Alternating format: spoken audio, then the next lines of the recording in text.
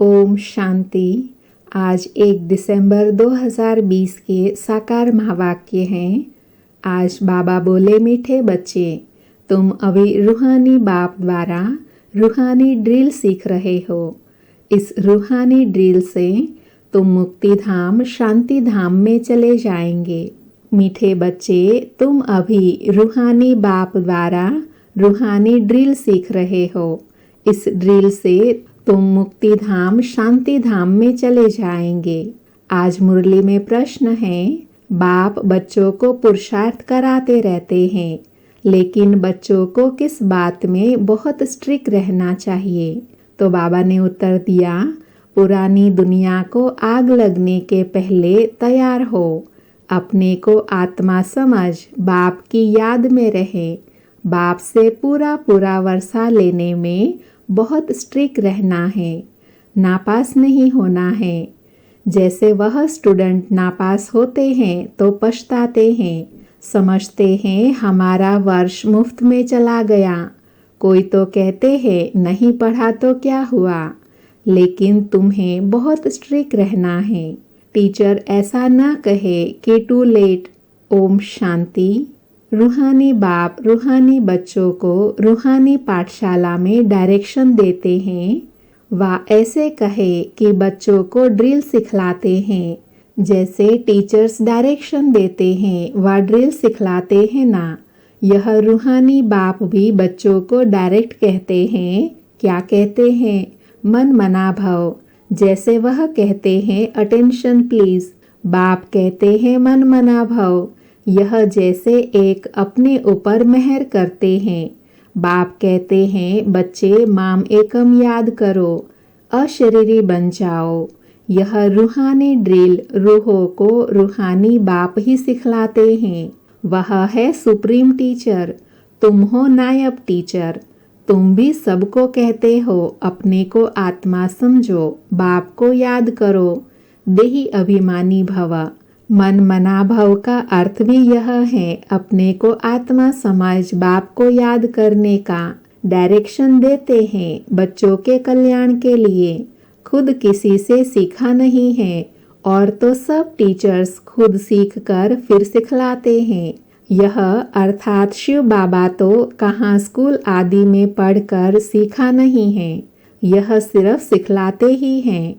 कहते हैं मैं तुम रूहों को रूहानी ड्रिल सिखलाता हूँ। वह सब जिस्मानी बच्चों को जिस्मानी ड्रिल सिखलाते हैं। उन्हों को ड्रिल आदि भी शरीर से ही करनी होती है, इसमें तो शरीर की कोई बात ही नहीं। बाप कहते हैं मेरा कोई शरीर नहीं है, मैं तो ड्रिल सिखलाता हूँ, डायरेक्शन देता हूँ। उनमें ड्रिल सिखलाने का ड्रामा प्लान अनुसार पार्ट भरा हुआ है, सर्विस भरी हुई है। आते ही है ड्रिल सिखलाने। तुमको तमो प्रधान से सतो प्रधान बनना है।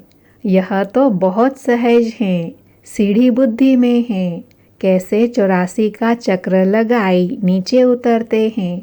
अब बाप कहते हैं तुमको वापस जाना है। ऐसे और कोई भी अपने फॉलोअर्स को या स्टूडेंट को नहीं कहेंगे कि हे रूहानी बच्चों अब वापस जाना है। सिवाय रूहानी बाप के कोई समझा न सके। बच्चे कहते हैं अभी हमको वापस जाना है। यह दुनिया ही अब तमो प्रधान है। हम सतो प्रधान दुनिया के मालिक थे, फिर 84 का चक्र लगाई, तमो प्रधान दुनिया के मालिक बने। यहाँ दुख ही दुख है। बाप को कहते हैं दुख हरता सुख करता, अर्थात तमो प्रधान से सतो प्रधान बनाने वाला एक ही बाप है।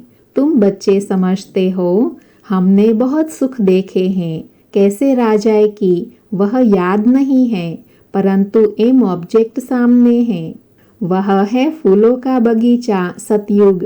अभी हम कांटों से फूल बन रहे हैं। तुम ऐसे नहीं कहेंगे कि कैसे निश्चय करें। अगर संशय है तो विनश्यंती। स्कूल से पैर उठाया तो पढ़ाई बंद हो जाएगी, पद भी विनश्यंती हो जाएगा, बहुत घाटा पड़ जाएगा, प्रजा में भी कम पद हो जाएगा। मूल बात ही है सतो प्रधान पूज्य देवी देवता बनना है। अभी तो देवता नहीं होना। तुम ब्राह्मणों को समझ आई है। ब्राह्मण ही आकर बाप से यह ड्रिल सीखते हैं। अंदर में खुशी भी होती है। यह पढ़ाई अच्छी लगती है ना।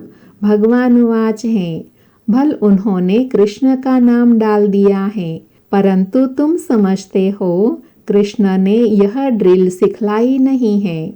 यह तो बाप सिखलाते हैं। कृष्ण की आत्मा जो भिन्न नाम रूप धारण करते तमोप्रधान बनी है, उनको भी सिखलाते हैं। खुद शिव बाबा सीखते नहीं और सब कोई न कोई से सीखते जरूर हैं। यह है ही सिखलाने वाला रूहानी बाप। तुमको सिखलाते हैं, तुम फिर औरों को सिखलाते हो। तुम 84 जन्म ले पतित बने हो, अब फिर पावन बनना है। उसके लिए रूहानी बाप को याद करो। भक्ति मार्ग में तुम गाते आए हो, हे पतित पावन।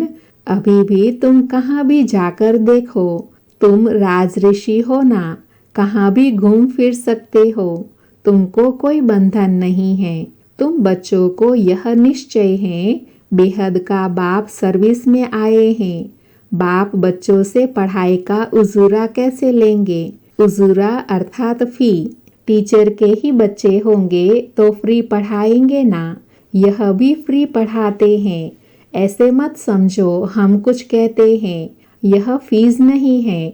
तुम देते कुछ नहीं हो, यह तो रिटर्न में बहुत लेते हो। मनुष्य दान पुण्य करते हैं, समझते हैं रिटर्न में हमको मिलेगा दूसरे जन्म में।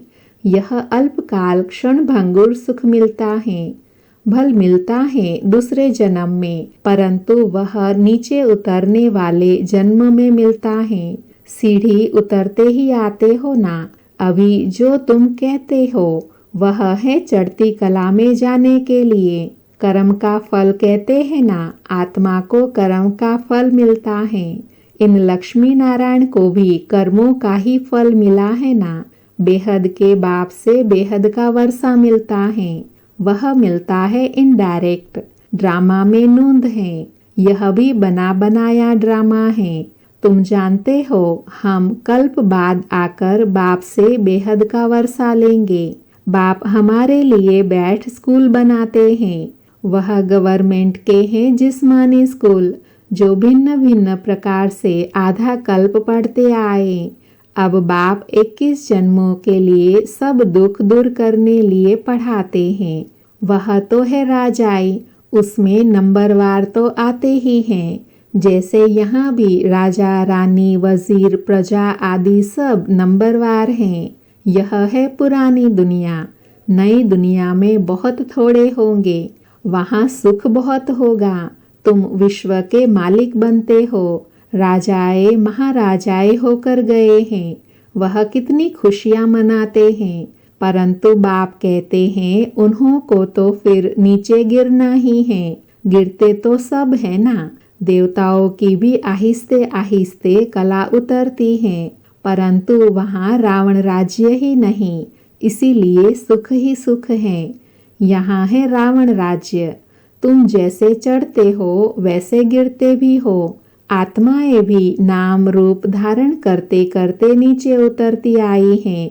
ड्रामा प्लान अनुसार कल्प पहले मुआफिक गिरकर तमो प्रधान बन गए हैं। कामचिता पर चढ़ने से ही दुख शुरू होता है। अभी है अति दुख, वहाँ फिर अति सुख होगा सतयुग में। तुम राज ऋषि हो, उनका है ही हठ योग। तुम कोई से भी पूछो, रचता और रचना के आदि मध्य अंत को जानते हो तो नहीं कह देंगे। पूछेंगे वह जो जानते होंगे। खुद ही नहीं जानता हो तो पूछ कैसे सकते। तुम जानते हो ऋषि मुनि आदि कोई भी त्रिकालदर्शी नहीं थे। बाप हमको त्रिकालदर्शी बना रहे हैं। यह बाबा अर्थात ब्रह्मा बाबा जो विश्व का मालिक था, इनको ज्ञान नहीं था। इस जन्म में भी 60 वर्ष तक ज्ञान नहीं था। जब बाप शिव बाबा आए तो भी आहिस्ते आहिस्ते यह बातें सुनाते जाते हैं। भल निश्चय बुद्धि हो जाते हैं, फिर भी माया बहुतों को गिराती रहती है। नाम नहीं सुना सकते हैं, नहीं तो नाउम्मीद हो जाएंगे। समाचार तो आते हैं ना, संग बुरा लगा, नई शादी किए हुए का संग हुआ, चलायमान हो गया। कहते हैं हम शादी करने बिगर रह नहीं सकते। अच्छा महारथी रोज आने वाला यहाँ अर्थात मधुबन से भी कई बार होकर गया है, उसको भी माया रूपी ग्रह ने आकर पकड़ा है। ऐसे भी बहुत केस होते रहते हैं। अभी शादी की नहीं है, माया मुंह में डाल हप कर रही है। स्त्री रूपी माया खींचती रहती है। ग्राह अर्थात मगरमच्छ के मुंह में आकर पड़े हैं, फिर आहिस्ते आहिस्ते हप कर लेंगी। कोई गफलत करते हैं या देखने से चलायमान होते हैं, समझते हैं हम ऊपर से एकदम नीचे खड्डे में गिर पड़ूंगा। कहेंगे बच्चा बहुत अच्छा था, अब बेचारा गया, सगाई हुई यह मरा। बाप बच्चों को सदैव सिखलाते हैं जीते रहो, कहाँ माया का वार जोर से न लग जाए। शास्त्र में भी यह बातें कुछ है ना, अभी की यह बातें बाद में गाई जाएंगी, तो तुम पुरुषार्थ कराते हो। ऐसे न हो कहाँ माया रूपी ग्राह हप कर ले। किस्म किस्म से माया पकड़ती है। मूल है काम महाशत्रु, इनसे बहुत संभाल करनी है। पतित दुनिया सो पावन दुनिया कैसे बन रही है, तुम देख रहे हो। मूंझने की बात ही नहीं, सिर्फ अपने को आत्मा समझ बाप को याद करने से सब दुख दूर हो जाते हैं। बाप ही पतित पावन है, यह है योग बल। भारत का प्राचीन राजयोग बहुत मशहूर है। समझते हैं क्राइस्ट से 3000 वर्ष पहले पैराडाइज था, तो जरूर और कोई धर्म नहीं होंगे। कितनी सहज बात है, परंतु समझते नहीं। अभी तुम समझते हो वह राज्य फिर से स्थापन करने के लिए बाप आए हैं। 5000 वर्ष पहले भी शिव बाबा आया था, जरूर यही ज्ञान दिया होगा जैसे अब दे रहे हैं। बाप खुद कहते हैं मैं कल्प कल्प संगम पर साधारण तन में आकर राजयोग सिखलाता हूँ। तुम राज ऋषि हो, पहले नहीं थे। बाबा आया है तब से बाबा के पास रहे हो, पढ़ते भी हो, सर्विस भी करते हो, स्थूल सर्विस और सूक्ष्म सर्विस। भक्ति मार्ग में भी सर्विस करते हैं, फिर घर बार भी संभालते हैं। बाप कहते हैं अब भक्ति पूरी हुई, ज्ञान शुरू होता है। मैं आता हूँ ज्ञान से सद्गति देने। तुम्हारी बुद्धि में है, हमको बाबा पावन बना रहे हैं। बाप कहते हैं ड्रामा अनुसार तुमको रास्ता बताने आया हूँ। टीचर पढ़ाते हैं, एम ऑब्जेक्ट सामने है। यह है ऊंचे ते ऊंच पढ़ाई। जैसे कल्प पहले भी समझाया था, वही समझाते रहते हैं। ड्रामा की टिक टिक चलती रहती है। सेकंड बाय सेकंड जो बीता सो फिर 5000 वर्ष बाद रिपीट होगा। दिन बीतते जाते हैं, यह ख्याल और कोई की बुद्धि में नहीं है। सतयुग त्रेता द्वापर कलयुग बीत गया, वह रिपीट होगा। बीता भी वही जो कल्प पहले बीता था, बाकी थोड़े दिन हैं। वह लाखों वर्ष कह देते, उनकी भेंट में तुम कहेंगे बाकी कुछ घंटे हैं। यह भी ड्रामा में नोंद है। जब आग लग जाएंगी तब जागेंगे, फिर तो टू लेट हो जाते हैं। तो बाप पुरुषार्थ कराते रहते हैं, तैयार हो बैठो। टीचर को ऐसा न कहना पड़े कि टू लेट। नापास होने वाले बहुत पछताते हैं, समझते हैं हमारा वर्ष मुफ्त में चला गया। कोई तो कहते हैं ना पढ़ा तो क्या हुआ, तो बच्चों को स्ट्रिक्ट रहना चाहिए। हम तो बाप से पूरा वर्षा लेंगे। अपने को आत्मा समझ बाप को याद करना है। इसमें कोई तकलीफ होती है तो बाप से पूछ सकते हो। यही मुख्य बात है। बाप ने आज से 5000 वर्ष पहले भी कहा था, माम एकम याद करो, पतित पावन मैं हूँ, सबका बाप मैं हूँ। कृष्ण तो सभी का बाप नहीं है। तुम शिव के, कृष्ण के पुजारियों को यह ज्ञान सुना सकते हो। आत्मा पूज्य नहीं बनी होंगी तो तुम कितना भी माथा मारो समझेंगे नहीं। अभी नास्तिक बनते हैं, शायद आगे चल आस्तिक बन जाए। समझो शादी कर गिरता है, फिर आकर ज्ञान उठाए, परंतु वर्षा बहुत कम हो जाएगा क्योंकि बुद्धि में दूसरे की याद आकर बैठी। वह निकालने में बड़ा मुश्किल होता है। पहले स्त्री की याद, फिर बच्चे की याद आएंगी। बच्चे से भी जास्ती स्त्री की याद खींचेंगी क्योंकि बहुत समय की याद है ना। बच्चा तो पीछे होता है, फिर मित्र, संबंधी, ससुर घर की याद आती है। पहले स्त्री जिसने बहुत समय साथ दिया है। यह भी ऐसे हैं। तुम कहते हो हम देवताओं के साथ बहुत समय थे, ऐसे तो कहेंगे शिव बाबा के साथ बहुत समय से प्यार है, जिसने 5000 वर्ष पहले भी हमको पावन बनाया, कल्प कल्प आकर हमारी रक्षा करते हैं। तब तो उनको दुख हरता सुख करता कहते हैं। तुमको बड़ा लाइन क्लियर बनना है। बाप कहते हैं इन आँखों से जो कुछ देखते हो वह तो कब्र दाखिल हो जाना है। अभी तुम हो संगम पर, अमर लोक सतयुग आने वाला है। अभी हम पुरुषोत्तम बनने के लिए पुरुषार्थ कर रहे हैं। यह है कल्याणकारी पुरुषोत्तम संगम युग। दुनिया में देखते रहते हो क्या क्या हो रहा है। अब बाप आया हुआ है तो पुरानी दुनिया भी खत्म होने की है। आगे चल बहुतों को ख्याल में आएगा, जरूर कोई आया हुआ है जो दुनिया को चेंज कर रहे हैं। यह वही महाभारत लड़ाई है। तुम भी कितने समझदार बने हो। यह बड़ी मंथन करने की बातें हैं। अपना श्वास व्यर्थ नहीं गंवाना है। तुम जानते हो श्वास सफल होते हैं ज्ञान से। अच्छा, मीठे मीठे सिकिलधे बच्चों प्रति माता पिता बाप दादा का याद प्यार और गुड मॉर्निंग। रूहानी बाप की रूहानी बच्चों को नमस्ते। हम रूहानी बच्चों की रूहानी माता पिता बाप दादा को याद प्यार गुड मॉर्निंग और नमस्ते। आज की सारी मुरली से धारणा के लिए सार हैं। उसमें पहला है, माया से बचने के लिए संग दोष से अपनी बहुत बहुत संभाल करनी है। अपनी लाइन क्लियर रखनी है। श्वास व्यर्थ नहीं गंवाने हैं। ज्ञान से सफल करने हैं। दूसरा है, जितना समय मिले योग बल जमा करने के लिए रूहानी ड्रिल का अभ्यास करना है। अभी कोई नए बंधन नहीं बनाने हैं। आज बाबा ने वरदान दिया, बाप की छत्र छाया के नीचे नाजुक परिस्थिति में भी कमल पुष्प समान न्यारे और प्यारे भव।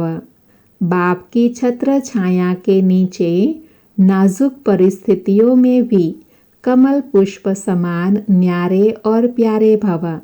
वरदान का स्पष्टीकरण है, संगम युग पर जब बाप सेवाधारी बनकर के आते हैं तो छत्र छाया के रूप में बच्चों की सदा सेवा करते हैं। याद करते ही सेकंड में साथ का अनुभव होता है। यह याद की छत्र छाया कैसी भी नाजुक परिस्थिति में कमल पुष्प के समान न्यारा और प्यारा बना देती है। मेहनत नहीं लगती। बाप को सामने लाने से, स्वस्थिति में स्थित होने से कैसी भी परिस्थिति परिवर्तन हो जाएंगी। आज का स्लोगन है, बातों का पर्दा बीच में आने न दो तो बाप के साथ का अनुभव होता रहेगा। बातों का पर्दा बीच में आने न दो तो बाप के साथ का अनुभव होता रहेगा। ओम शांति। आज के बाबा के महावाक्यों से जो बाबा ने विशेष धारणा व नशे के लिए बात बताई वो नीचे कमेंट बॉक्स में ज़रूर लिखें।